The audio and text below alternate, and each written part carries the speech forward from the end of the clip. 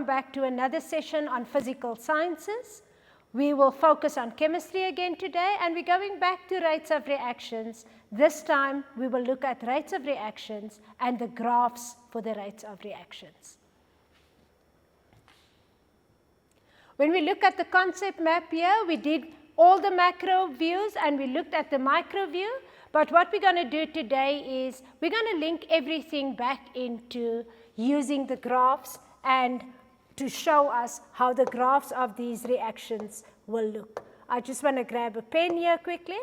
So we're going to focus on the graphs for the entire lesson today. Now, when we look at rates of reactions and we look at the graphs that we will look at here, there are 4 different types of graphs that we can talk about. Firstly, we have the energy profile graphs where we know and we can remember we have the exothermic and the endothermic graphs. Exo and endothermic graphs. We also have the graphs that we draw because of experimental data. These graphs will now be the typical, your rate is equal to your minus change in mass over your delta T. Then we will look at the rate of reaction versus time. In other words, not what changes, but the rate over time. And the last type will be the Maxwell-Boltzmann distribution curve. And this Maxwell-Boltzmann distribution curve, we will link that back to the collision theory where we look at a microscopic level of the particles here. So we will link this to the collision theory as we've done in a previous session. So terminology to keep in mind here is the activation energy. We remember what we said, the activation energy is the minimum energy needed for a reaction to take place. I just want to show it on a profile again. It's this energy that we need for that reaction to take place. Another term that we need to remember is exothermic profile. Exothermic meaning our energy is given off and we have a graph where we have less energy for the products and more energy for the reactants. Then we also have another term, endothermic. Endothermic reaction is where more energy is absorbed during the breaking of the bonds compared to the making of the new bonds. And then the last term that we've heard about a lot, and we spoke about it a lot at length in the last sessions, that is catalyst. We know that we have a positive catalyst, and that one is the one that lowers the activation energy. And we have a negative catalyst, which we don't work with, but that one will increase the activation energy, and it will slow down the reaction. When we look at the energy profiles, the first one that we have here is our exothermic reaction. And I want to remind you that your exothermic reaction, as per earlier studies, you know that it's the reaction where your reactants absorb more of your energy, and the energy that's absorbed is normally less than the energy that is released. So exothermic reactions will always release to the environment, meaning it gives off a lot of heat. And this is a type of graph for explosions, a type of graph for combustion of fuels. When we look at the next one, we will look at the endothermic reaction. Remember, we spoke last time about our slow reactions, where we need more energy to be absorbed to break the bonds. And this actually means that we have a bigger activation energy, but the energy being released to the surroundings is then less than the energy needed by the bonds. When we look at we can use any energy profile here, but I just want us to remember that when a catalyst is at stake, a catalyst normally lowers our activation energy. And when that activation energy is lowered, we saw last time that it actually provides an alternative path for the products to form. It's actually a faster path if you think if you do that, you can see that it all happens faster. So a catalyst, a positive catalyst, as we know, actually increases the rate of the reaction. The next type of graph that I would like us to look at is the rate graphs. And these rate graphs, if we look at the mass over reactance graph, this one I would like to explain further. As we look at the zinc and the hydrochloric acid, we can see here we start with a mass. The mass gets lower and lower, and we get to a point where it is parallel to the time axis. At this point, I said last time that the mass remains the same, so there's no more a decrease in the mass, and then we can use that to calculate the rate, and we said that that rate is then equal to minus the change in the mass over delta T. When we look at the next one, we have the volume of a gas versus time. And for this one, we can see in the beginning, it's a fast reaction because there's a lot of reactant to react, and it slows down until it gets to a point where it's actually parallel to the time axis. And at this point, we actually have an end of a reaction, and it basically means that the reaction has now stopped for some or the other reason. These are the types of graphs that we will look at in our discussion. So the question that I can ask is, if I do an investigation, it's carried out to measure the rate of the reaction between zinc and hydrochloric acid, and in this case we have hydrogen gas being released. The hydrogen is not just released, it's collected in a gas syringe. When we look at the questions in front of us, we have three curves, experiment 1, 2, and 3. And now for the questions. Indicate on the graph the time at which the reactions are completed. Now, we know that the reactions are completed as soon as we see parallel lines to the time axis. In which experiment is the rate the highest? Now, how do we know a high rate? A high rate we can always see by looking at the steepness of our gradient. It's normally steepest just after the start. So in experiment 3, we have the highest rate of the reaction. In which experiment is the yield the lowest? Now, the yield is what is formed during the experiment. If you look at experiment 1, 2, and 3, we can see in experiment 1, there's less product that's formed, but that is obviously because the reactants that were put in were less. And in which experiment is the temperature the highest? Now we know a higher temperature will lead to a steeper graph, meaning a faster reaction. Therefore, we can say experiment 3 is actually the one at a higher temperature. Another type of graph that we're going to look at using experimental data, we will go look at the volume of the gas versus time. Now, if you can remember, we used the conical flask with the reactant in it. We had a rubber stopper and we caught up all the gas in the gas syringe and took readings over regular time periods. A graph for that will look like this.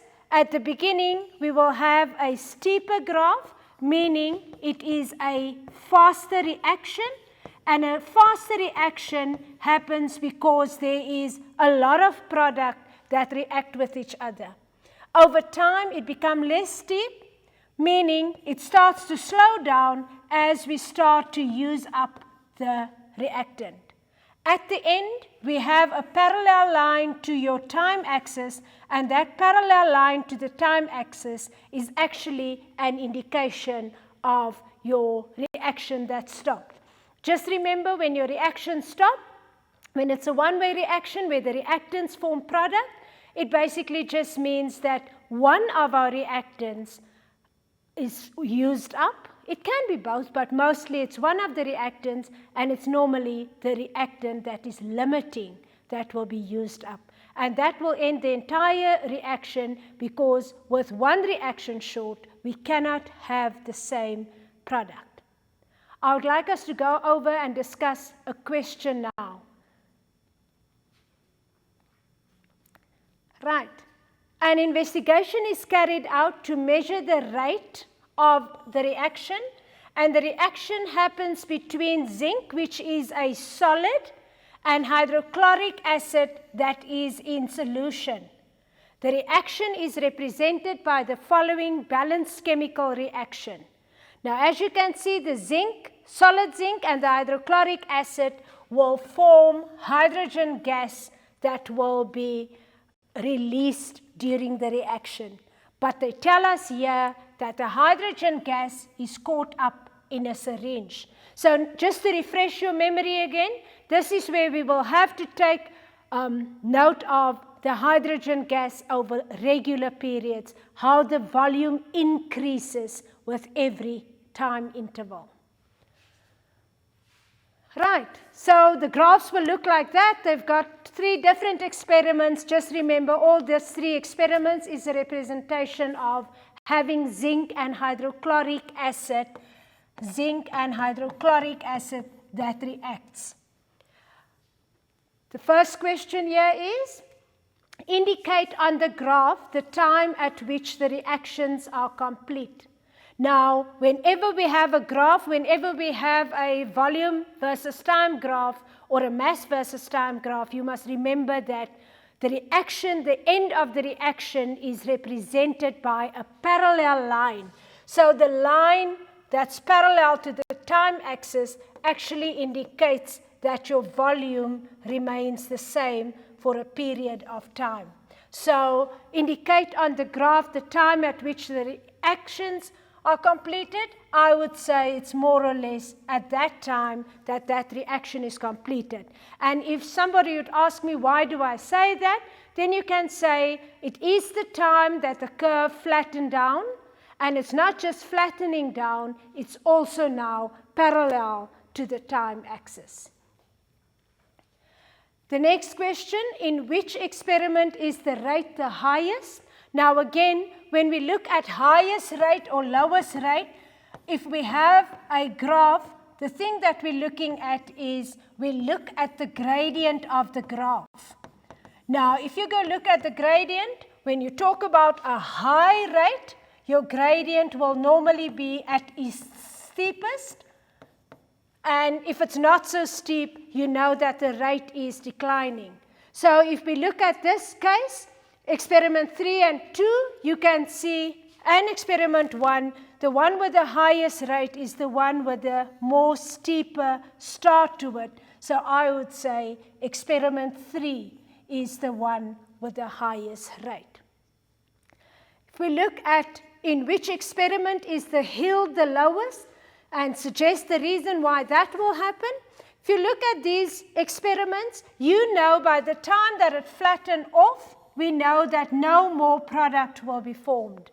So when we have a flattened off curve, we will have to go look at how much was put in, because the amount of reactant that is put in will determine the yield of an experiment. So in the case where we see experiment 3 and experiment 2, you can see the same amount of reactant has been put in. But for experiment 1, we can see that less reactant was put in, and it actually has a lower yield than the experiment 2 and experiment 3. So why would I say it's a lower yield? For experiment 1, I can see that there is less reactants that reacted over the time. When we look at our next question, just before we go on, remember when we have rate graphs, we always need to go look at the steepness of our gradient. And the other thing that we need to look at is wherever our lines is parallel to our time axis. So, in which of these experiments was the temperature the highest? And you must suggest a reason why. Now, if you look at experiment 2 and 3, you can see we started with the same reactants and we ended with the same product. But because experiment 3 is much steeper in the beginning compared to the experiment 2, we can see the experiment 3 will obviously be at a higher temperature. How do we know that? because when we have a higher temperature, we have more collisions per second, more effective collisions per second, and we know it leads to a higher rate of reaction.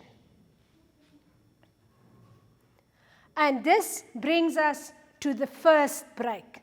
Please go and enjoy.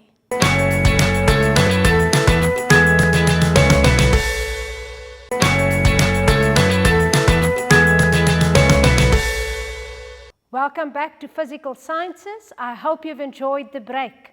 We're going to go on with graphs. In the first session, we looked at the energy profile graphs. We looked at exo and endothermic reactions and the graphs. And we also looked at the rate graphs. So we looked at the graphs specifically from experiments where we looked at the volume over time graph, and we looked at the decline in our mass graph. So now we're going to take the time to look at in a deeper detail to the graphs that we get from experiments. Right. So from the experiments, we said there's 3 ways to measure our rate of reaction.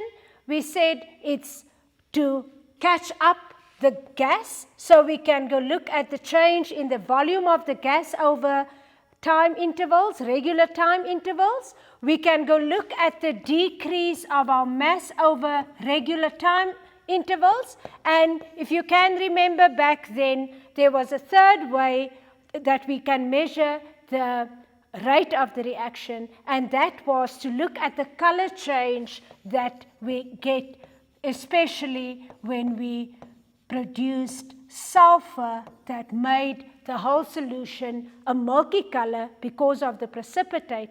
So these are the experiments, or the experimental way to determine and to calculate the rate of reactions. So if we're going to go look at our first graph, and our first graph is all about the mass of the reactants versus the time. And I need to remind you that because of this decrease in mass, it actually means that we start off at a high mass, because at the beginning there is lots of reactant. So at the beginning we have a very fast rate, and that fast rate goes hand in hand with a very steep gradient. So when you look at it, you see the steep gradient, and then as the reaction goes on and the reactants are being used up, there's less and less reactants, therefore the gradient becomes less steep, and it happens because the reaction is now slowing down. The reaction is still happening, but it is slowing down, and it will go on until we get the parallel lines. And I said to you, if you have a parallel line to the time axis, that basically means that the reaction has stopped at that point. Now, when a reaction stops, one of our reactants, or it can be both of our reactants, is used up. But say, for instance, only one of our reactants are used up, it basically means the reactant cannot any further produce the same products. So at that point where the reactants are used up, we will have a parallel line, and you can actually read that from your axis, from your mass axis here. So when we look at this rate of the reaction, the rate at the decrease of the mass of our reactants, we can actually go and work it out mathematically by saying the rate of this reaction is actually equal to minus the change in the mass over the change in our time, over regular time periods. Now that negative, I just want to explain where that negative will fit in when we do the graph. Now firstly, you need to remember that this gradient that we have here is actually the gradient that will actually be equal to the rate. So if we use the first graph where we look at the decrease of our mass, we can use that decrease of our mass, which becomes our gradient. We can actually use that now to draw a new graph, and that is the graph of the rate of the reaction versus the time that the reaction is on. So, if you look at here, let's say we start there, we have an initial mass there. Let's say this is our final mass. So because our final mass is smaller than our initial mass, if we go plug that into our formula, we will have the rate being equal to minus a small number, small mass, minus a bigger number for mass, and that will be over our delta T.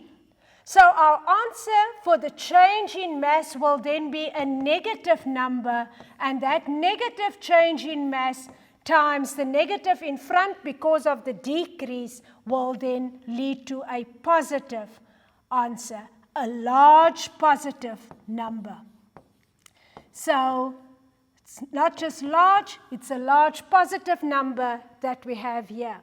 So if we want to go plot this on the graph of rate versus our time, we will say that first big number can be plotted as a significant number on my vertical axis or on my rate of reaction axis.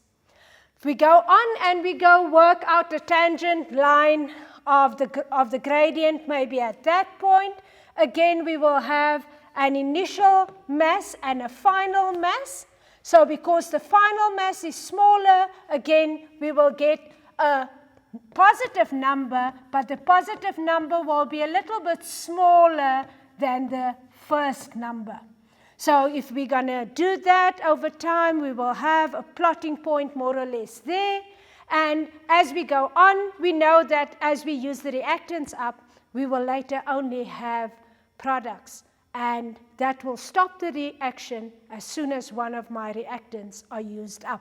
So for the last one, where we have that part of the gradient, it will actually equal a 0, which means that we have a 0 point there on our graph. And if we do the line of best fit there, we will get a graph with a negative gradient.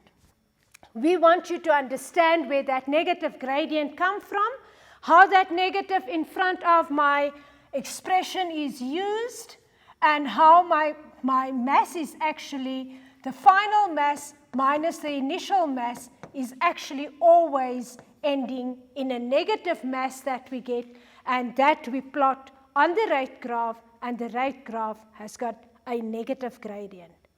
Remember, the rate graph comes from the change in mass, that's negative, over the change in time. When we go on to the next one, where we look at the volume that's been caught up in a syringe over time, this is a positive, actually positive, because at the beginning we have a volume of 0. At the beginning we've got lots of reactants, so we know that it is a fast reaction. We know that it is a steeper gradient.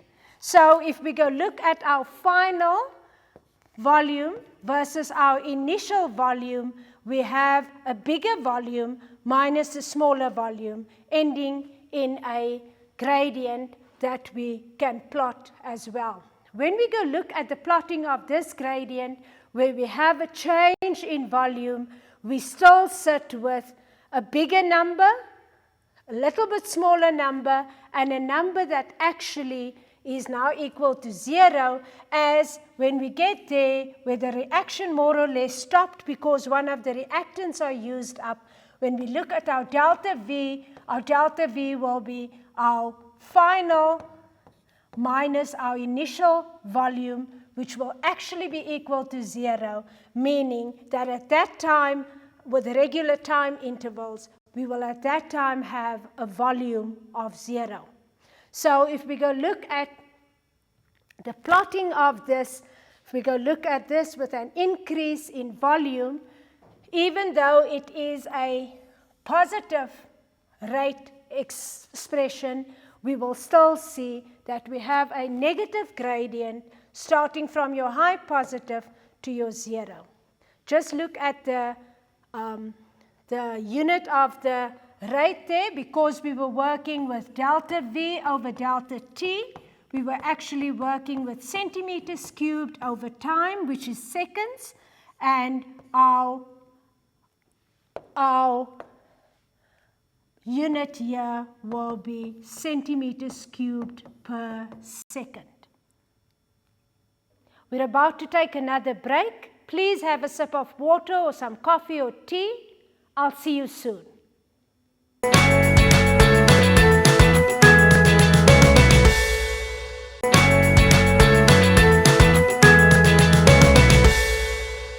Welcome back to another session of Physical Sciences, and we will carry on with rates of reactions, specifically the graphs of rates of reactions. We are going to use this last session to talk about the graphs, but to link the graphs on a sub-micro level to the collision theory. So we will go look at the collision theory as we explain the graphs.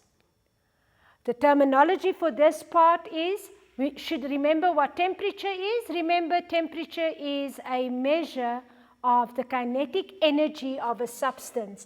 So if you have a high temperature, you always have a high kinetic energy, and a high kinetic energy actually means that the average speed of your particles will also be high. So we need to think in terms of the average speed of the particles, because we are now talking about particle level again, and we need to think in terms of the kinetic energy that goes hand in hand with our temperature.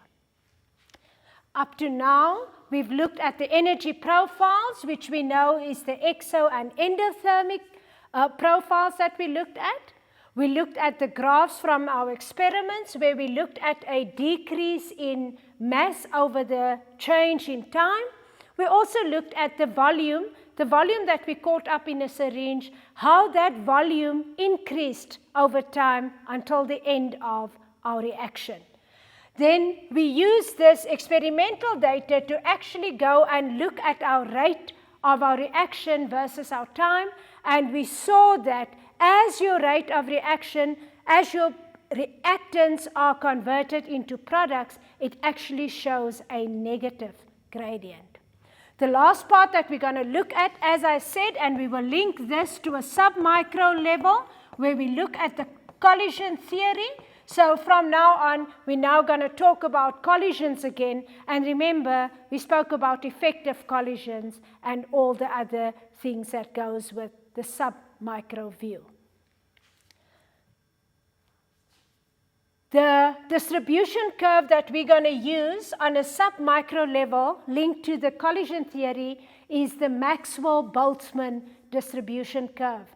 Now the curve looks like this, and as you can see, it shows all the particles and this is not just particles, this is actually our reactant particles that now moves. Remember, the particle theory says all matter is made up of particles, and these particles remain in constant motion, and that motion is determined by your temperature. So if we look at the normal distribution, normally it will look like this. We have particles that have almost zero energy, up to particles that will have a high energy, and then the particles that will actually reach this point where the energy, the kinetic energy, is actually bigger than or equal to my activation energy. The Maxwell-Boltzmann graph, like I said, we will link this to the collision theory, where we talk on a particle level. Firstly, we need to understand that it shows the distribution of the kinetic energy of particles. Remember that kinetic energy is a measure of the temperature of the substance, or what the substance is while this reaction is happening. It is used to explain the rate of a reaction. Just remember, this is a statistical curve, and we can then actually go and determine that we can say this is more or less how many of our particles have a low energy or a high energy, or the average energy of the curve. When we look at the curve, and this is a normal distribution under normal circumstances, on our vertical axis we have our number of particles, and on the x-axis or the horizontal axis we actually have the kinetic energy that is measured in joule. Now, remember what we said, for an effective collision there need to be two things that are met, two requirements. There must be a correct orientation, and except for the correct orientation, there must also be, our kinetic energy must be equal to or bigger than our activation energy. Right.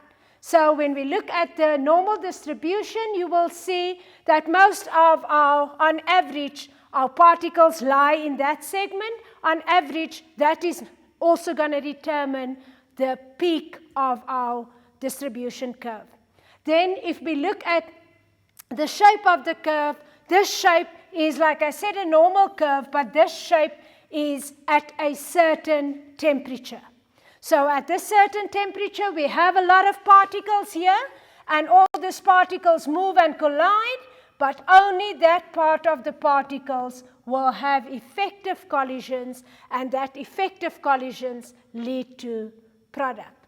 So if we look at this normal curve again, and on the normal curve, we will see we have about that sample of our particles that have a lower average temperature or a lower average kinetic energy.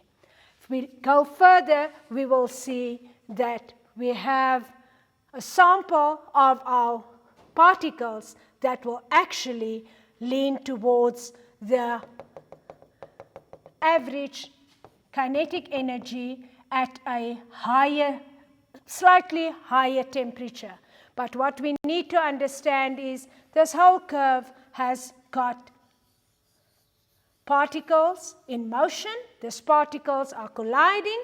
All the particles on this side of the red line, to the left of my red line, are just moving and colliding, but they do not form effective collisions.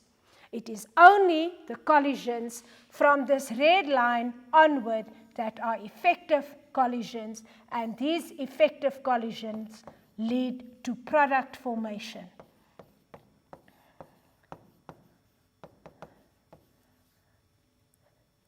And that brings us to the point where we obviously deserve another break.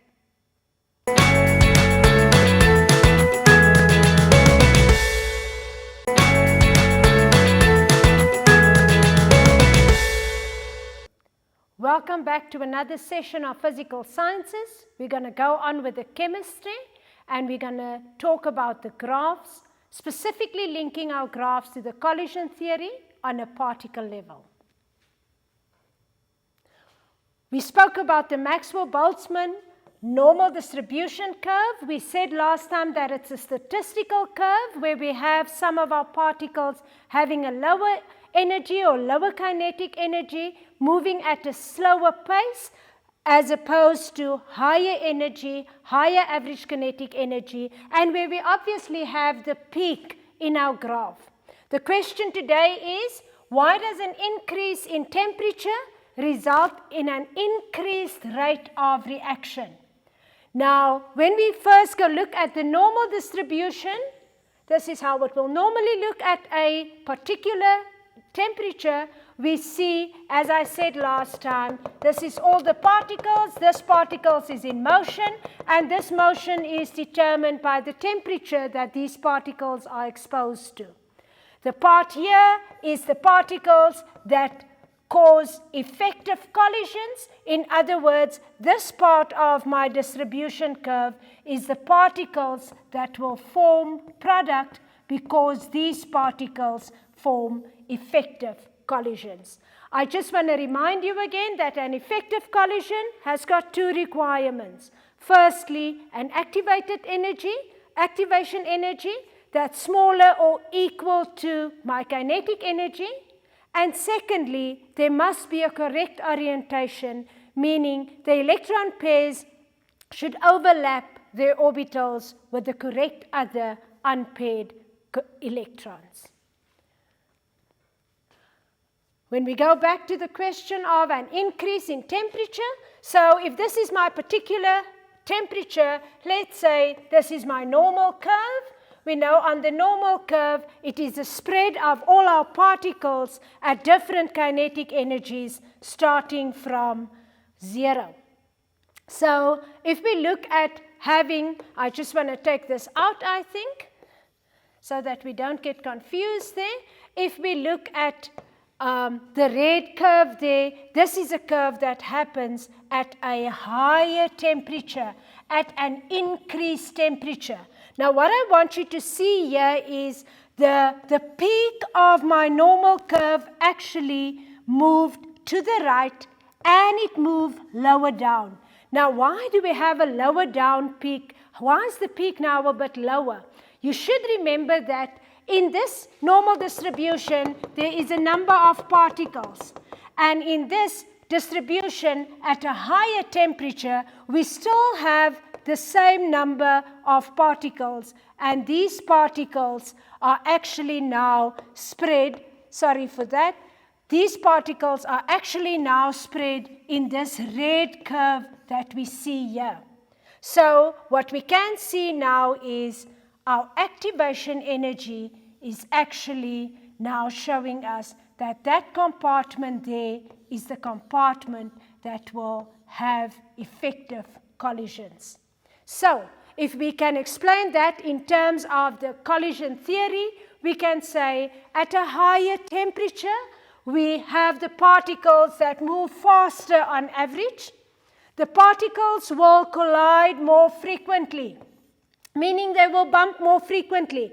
And if we have that bumping more frequently, we obviously have more collisions per unit time, but because that particle collisions is more per unit time, the likelihood of having effective collisions per unit time is very high. So we will have more effective collisions per unit time. And if we have more effective collisions per unit time, it actually means that the rate of the reaction is high.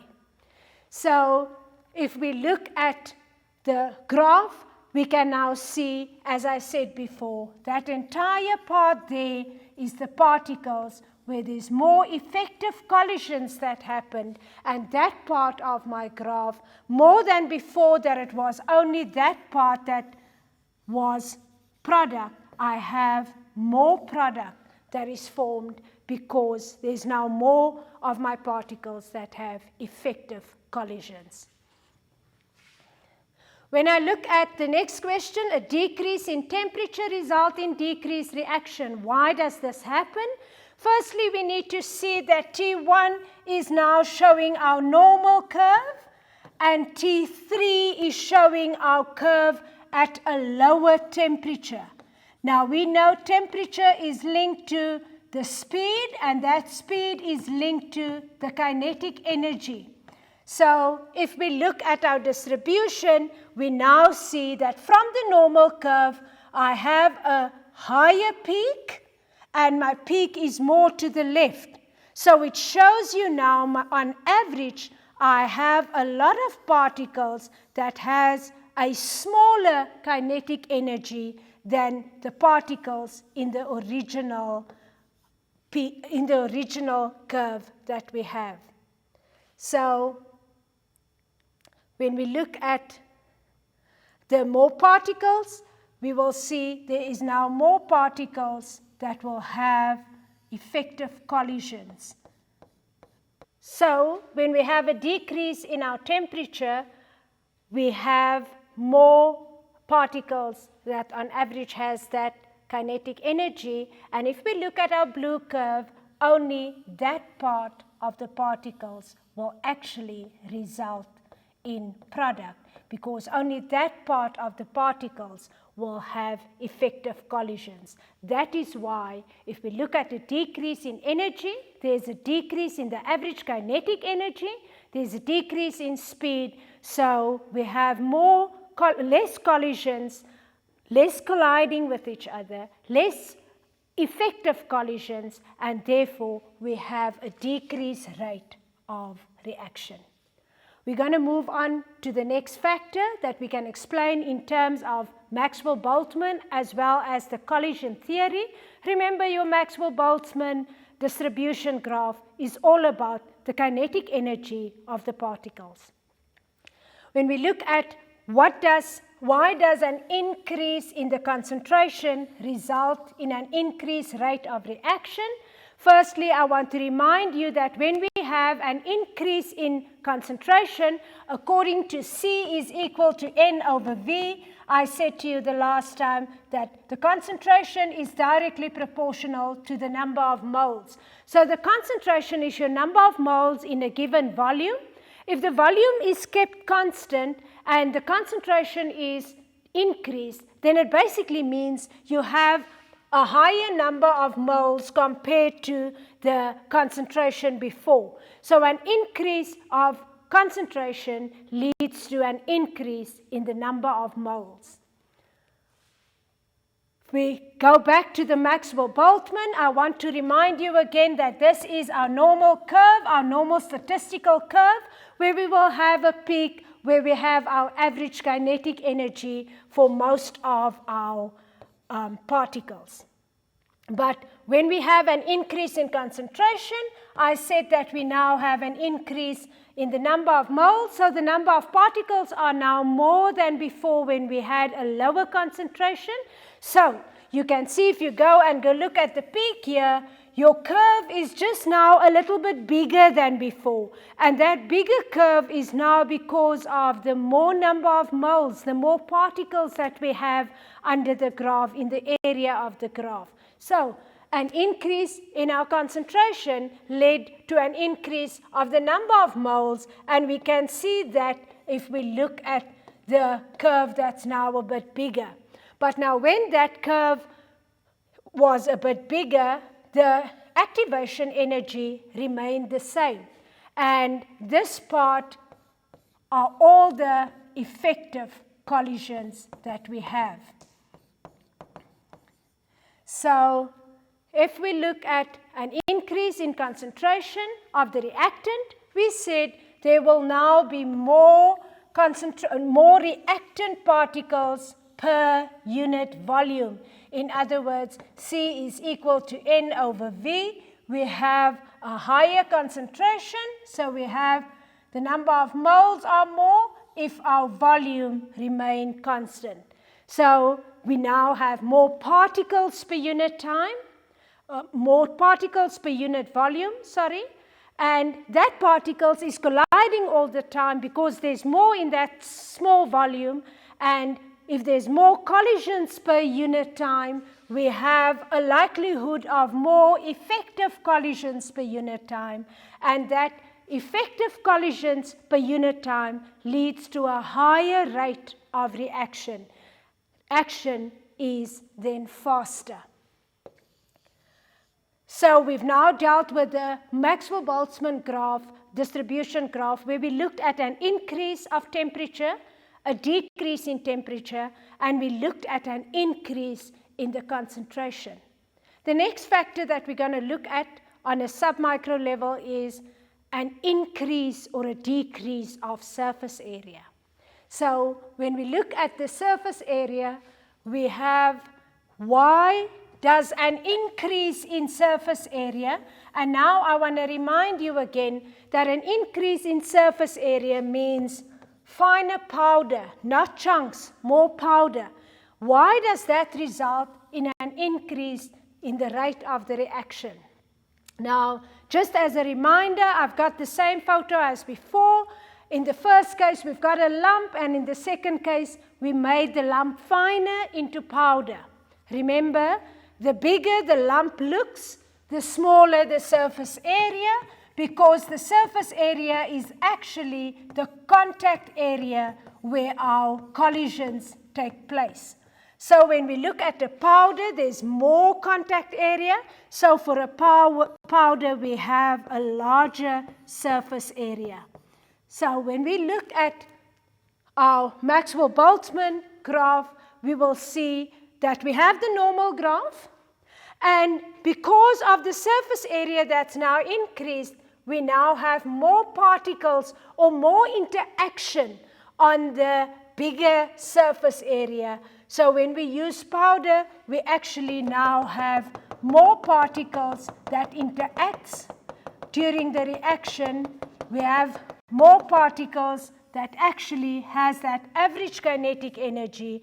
And if we go look at how many particles will actually result in effective collisions, we can see that entire part there result in effective collisions.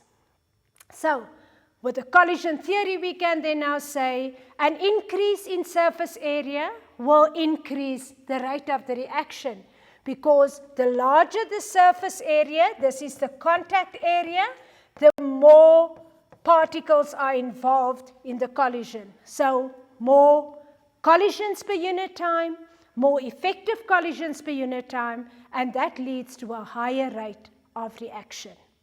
The next factor that we will look at is, why does an addition of a positive catalyst result in an increased rate of reaction?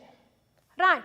Want to remind you that a positive catalyst is a substance that does not take part in the reaction, but it does speed up the reaction by lowering the activation energy. So if the activation energy is lowered, it basically means it is an alternative route that can be followed. So a positive catalyst lowers the activation energy of the reaction, and it provides an alternative route or an alternative path, meaning that product will be formed faster. Remember, not more product, just faster. So there will be more collisions per unit time. There will be more effective collisions per unit time, and that will lead to a faster rate of reaction. We go look at how the positive catalyst will be shown on the Maxwell-Boltzmann distribution. Remember, it lowers the activation energy. So if we go look at our axis here, our kinetic energy on the x-axis, we can now see that the activation energy now moves a little back on the axis to a smaller number. So all these particles there will result in effective collisions per unit time. Right. And in summary, we are now almost at the end of our lesson. I just want you to make sure that you can always interpret your graphs. Remember, you have different graphs that you're looking at. You must be able to interpret it, know and understand conceptually where it fits in. You must be able to apply the definition of rate of reaction to graphs. And remember, you also will link that up to the collision theory. That graphs will be linked to the collision theory on a sub-micro level, and that is where you will talk about more effective collisions per unit time, faster rate of reaction. So you need to bring that back and link it to the graphs. And obviously, for rates of reactions, you must try and always recall the factors that affect the rate. So there are 6 factors, and that brings us to the end of our session. Thank you so much.